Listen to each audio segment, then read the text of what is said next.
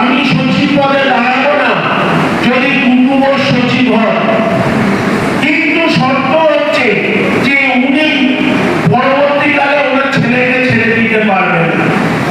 এখন তো ছেলেকে ছাড়ার কোনো কথাই আসছে না। এই গুলিয়ে দেওয়ার রাজনীতি কেন? এখন তো আমরা ঠিকই করে ফেলেছি। ও কি বলেছিল কিছুদিন আগে, আপনারা নিশ্চয়ই শুনেছেন যে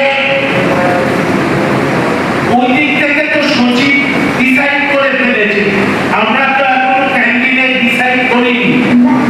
এটা তো ওনার ভাবা উচিত যে ওনার দিক থেকে ক্যান্ডিডেট কে হবে।